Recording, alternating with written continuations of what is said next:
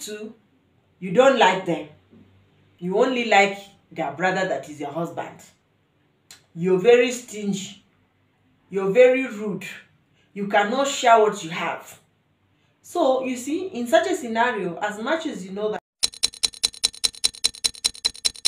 Well, hi guys, welcome back to my channel. It's your girl Linda Frank. In today's video, it's super exciting because I'm gonna be giving you the tea, all the tea and all the details on what qualities to look for in a woman before you marry her, before you carry her and put her in your house as she begins to embarrass you. You understand? So if this is a topic you resonate with, please, first of all, hit the red subscribe button. After that, turn on your bell not to miss out on any of our future uploads. Second of all, try and give this video a huge thumbs up. And third of all, try and share this video to your family and friends. Okay, so let's dive right into this. I have them written down, so you're gonna be seeing me looking down, checking on my points. Yeah, that's it. So at number 1, you have to check for a woman who is responsible with her priorities. She knows her priorities. Now, you know, before you get married, you just live like every day as it comes. That's how we are going to take it. But once you get married, you have priorities. Maybe now you plan to go out with your friends, okay? And then something comes up that you have to do something with your family as a family. Of course, you have to know what is your priority. Maybe your husband says, I'm coming home with some colleagues and I would like you to cook for me. So are you going to go out with your friends? Or are you going to put your friends on hold or cancel the whatever with your friends if they cannot actually wait for you and prepare food for your husband and his colleagues? Which one is gonna be your priority? Now, if you do not have your priority as a woman, as a married woman, you are actually gonna have your life so messed up. And this also applies to a man who marries a woman that doesn't recognize her priorities. At number 2, she has to be a principled person. Now, if you're not principled, for instance, those cultures, like, let me just use Nigeria as an example. Those cultures that most men marry women and then they travel and leave the women alone. It will be very easy for someone from outside to come and sway you, come and lie to you, come and tell you something that, okay, help me with this thing that belongs to your husband, let me use it, I'm going to return it. And then the person will end up not returning it. Okay, because the person knows you don't have principles and you're easy to manipulate. Or the person can just come and lie to you and collect anything that doesn't actually belong to you, belongs to your husband, and this is going to create problem. And it's gonna be a continuous circle or cycle of problems, because if you do not know your principles and you do not stay firm on them, it's gonna be a problem. Also, raising children as a woman, if you're not principled, your children are gonna show you what we call shegebanza. They are going to show you shegebanza. Why? Because if you say no coming home after 6, like past 6 p.m., let it be no coming home past 6 p.m. The moment you start to allow them to alter this rule, very soon they are going to outgrow your rules because you're not family principled. And then they are going to start behaving anyhow and misbehaving anyhow. At number 3, she needs to put her needs before her wants. You need a woman who knows the difference between her needs and her wants. There are things that you need in this life that you cannot do without. Now, if you marry a woman who says, maybe you guys have a building project or you're actually investing on something, a business or something, and the woman says, I want iPhone 15 Pro Max like right now, and that is what she wants. Definitely this iPhone is not a need, it's just a want. But she wants it, and she doesn't recognize that she has to put her needs first before her wants. And this is going to cause some imbalance in that family, because the man will be like, wait, we are working on a project. Do you mean you're not recognizing that I'm not in a position to support buying that right now? And the woman will be like, I need it because I know you have the money to buy it. The person is not saying they don't have the money to buy it. The person is simply saying, not at the moment. Like, can it wait? Because we have other priorities we are working on, which are our needs. Basic needs. Like, if you're working on a housing project, a house is shelter, a roof over your head is a basic need. You having an iPhone 15 Pro Max is just a want to make your life more comfortable. Not that you normally don't have a phone that can pick calls, send emails, and all that. WhatsApp, go to Instagram, go to Threads, and all that. You do, but you need more. So that's another thing you really need to consider when you are looking for a wife. I think we are going to point number 5. Yeah. At point number 5, she needs to be a woman who is good with managing her time. Now, this comes when you marry a woman who doesn't know how to manage her time and you have children that have to go to school. Now, if this person cannot manage their time very well, it means your children are going to be late for school every day. Do you get? It means people are not going to be eating their meals the way it's supposed to be. Because the person who is actually in charge of this doesn't know how to manage their time. Now, if she's someone who arrives at her destinations on time and will not waste a single minute idling, if if the person doesn't know how to manage their time, like that destination of school, for instance, now, that destination of school, the person will not know that he's supposed to enter school before 8. That is how the person will meet a friend on the road and not to know their limit. To your family members, to their mother-in-laws, the person is just going to be continuously very arrogant and you're not going to enjoy it. So kindness is a virtue, very important. Another thing is this person has to be respectful. Respect has nothing to do with age. The person has to be respectful in the sense that, like, give respect to who is due. Do you get? Yeah. Maybe your husband might bring friends or colleagues to your house. Maybe your spirit doesn't accept a particular person. Or you just don't like that person, because there's a way you can see somebody and your spirit just doesn't connect, or the person just pisses you off, even though you don't know the person from anywhere and you guys have never quarreled before or anything. So in this case, respect is very paramount. You need to be respectful enough to know that when those people are around, pretend to be nice. It's not gonna kill you. To protect your husband's image, to protect your husband's friendships, to protect and support your husband's job. And then when they have gone, is when you can now open up and say, hey, your friend, my spirit doesn't like him. Hey, your friend, I feel somehow when I see him. Hey, your friend, I don't like him. It won't be a good idea if you bring him home next time because I do not like him. But when they came in, you already showed yourself nice, so the person will go not thinking that you think anything. But when you remain with us, you now explain yourself. That's what we call respect. I don't know if I'm clear. Our next point is you have to marry this girl if she is tactful. Now, find a woman who knows how to control her tongue. She thinks thoroughly before saying anything to avoid offending others. Moreover, she carefully ensures her words are seasoned with grace. This one also is very tricky when you bring a woman to your house who is not tactful, who doesn't mind her words. That's how she now go and insult your boss's wife or talk somehow to your boss. Or that's how you people will be working on a family project that's supposed to be a secret and she will go and spill it out. Talk to the enemies about it, not knowing who likes you and who doesn't. Not knowing who is your competitor, who is not.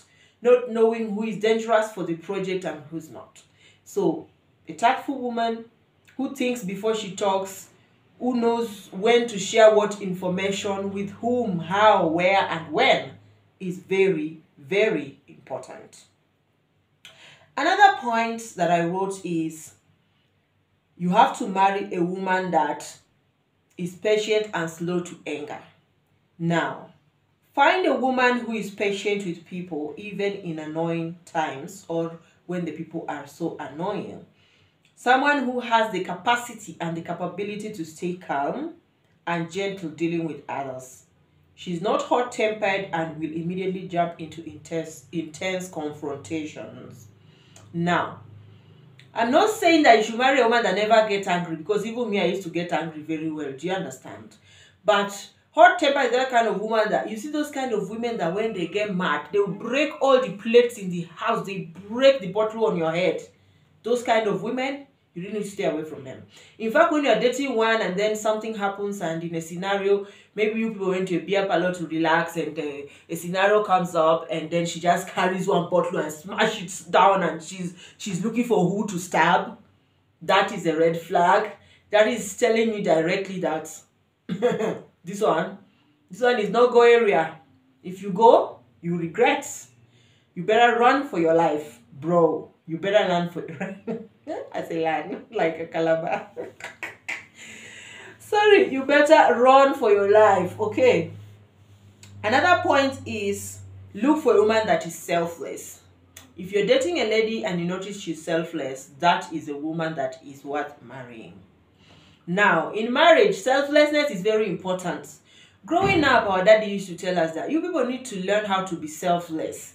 Self-centeredness is something that will even affect you in marriage. Why? Have you ever seen, maybe when you guys were growing up, visitor will come when you people want to eat, and your mother will now carry her own food, give the guests to cover the shame of the house, and she has not eaten. Now, let me tell you, this is like my 6th year in marriage, and I think I found myself in this scenario, not once, not twice.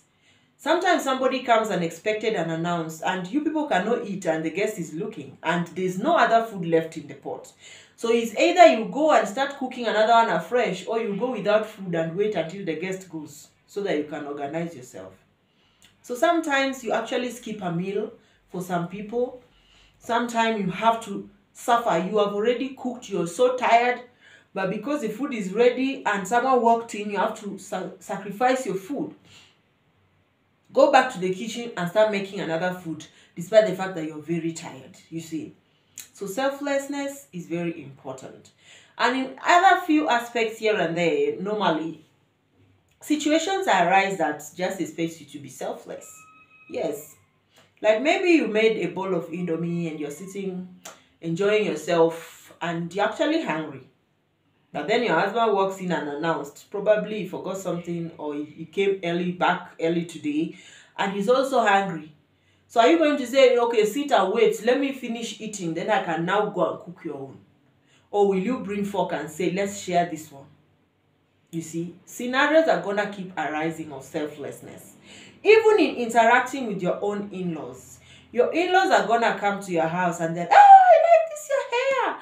Please give it to me now. And it's the hair that you just bought 2 days ago. You have not even enjoyed the hair. And yourself, you like the hair. That's why you bought it. I found myself in this scenario several times.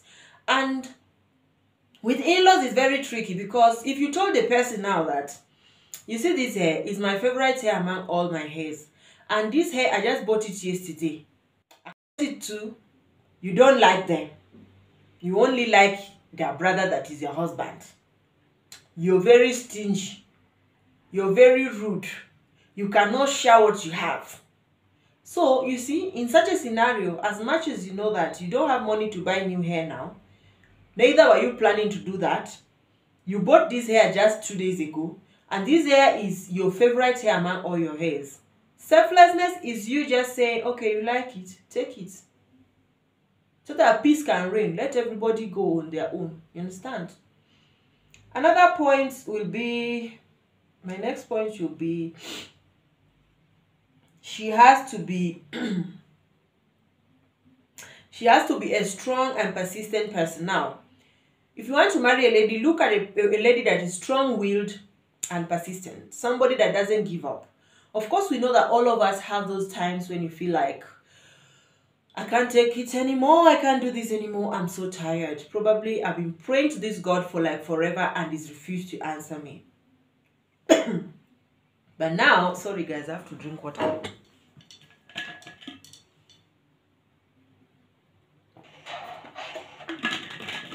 Now, this kind of strong-willed woman that is persistent will be like, after you have quarreled God, how you have been praying and he's not answering you, you now later come down and say, anyway, I'm not going to give up.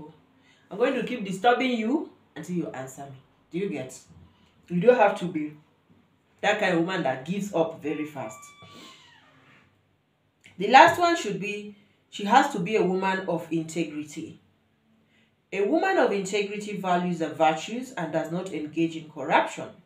If you find a wife like this, you will have a peaceful home. You know you can trust her and she will not bring you embarrassment and trouble with other people. Now, integrity is something that many people tend to ignore, though it's a very huge fact. Like, we need it. Yes, we need integrity. Do you get? So if you have a woman that is incorruptible, it's gonna be a blessing to you. But if you have a woman that doesn't even have self-respect or lacks integrity, that is where you hear things like, you have 6 children and 3 among them, they don't belong to their husband. That's a lack of integrity. Like, who does that? And you sleep peacefully at night, you snore, you dream, and you shoot inside your blankets? Are you? Yes! Bonus point is, you need to marry a woman who is a homemaker. Now, this comes to play in a part where you marry and then the woman you married. I know people are different, right? Like, most people. Like, personally, I don't like when my house is a full house. Full house means when people are a lot around me, it chokes me. There are some people who, they can never stay alone. It's either my friend is in my house, my neighbor is in my house, or my auntie is in my house, or my uncle is in my house, or my cousin is in my house, or my nieces and nephews are in my house. And most times I feel that those kind of people are lazy people because they need people around them to be sending errands. They need people around them. I might be right, I might be wrong, but that's just my opinion. Don't judge me. But I feel like people who normally feel that they must live with somebody or somebody has to be in their house, they are lazy people. Now, what I was saying is a homemaker plays in when maybe your family members comes visiting. And because your wife is not a homemaker, she cannot adjust to accommodate them. Even if you don't like people around you like that, the presence of a number of people around you chokes you. But you have visitors coming to visit you, probably from your husband's side. I know with everybody, it's always easier to accommodate visitors from your own side because they know you, they know your character. You don't need to pretend to be nice. If you're nasty, you can still show your nastiness. They accept you like that. But when it comes to your in-laws, you have to, some people have to pretend. You know, some people have to pretend. They will do something wrong. You don't want to tell them they've done something wrong. Like, I've seen a scenario where a lady stays with the husband's sister, and she practically does everything by herself, to washing of clothes for everybody, including that adolescent husband's sister. And I ask her, why doesn't she help you? Like, and then he's like, yeah, I beg, I don't want problem. If you tell them to help you now, tomorrow they will now say, if they visit you, you will not allow them to rest. You'll be giving them a heavy load of work. I'm like, who sits in someone's house and doesn't work? You cannot stay in my house and don't work. That's why it's better you don't stay in my house at all. Yes. Visit me and be going. Don't stay at all, because if you stay, you have to work. I cannot be doing everything, cooking for you, cleaning for you, doing everything. You're just staring at me. I'll still come and wash clothes and pack your own clothes and wash for you. Makawa. So anyway, the bottom line is the person has to have the capacity to be accommodative enough to accommodate her in-laws, for example, visitors in the house, your husband's friends, Sometimes your husband friend flying from a different country and they don't have anybody and they have to stay with you guys for a while. You have to be accommodative. Even though you don't like it, you have to be able to adjust. That's just it. So I had so much fun creating this video, and I hope you also have fun or had fun watching me since I'm ending it.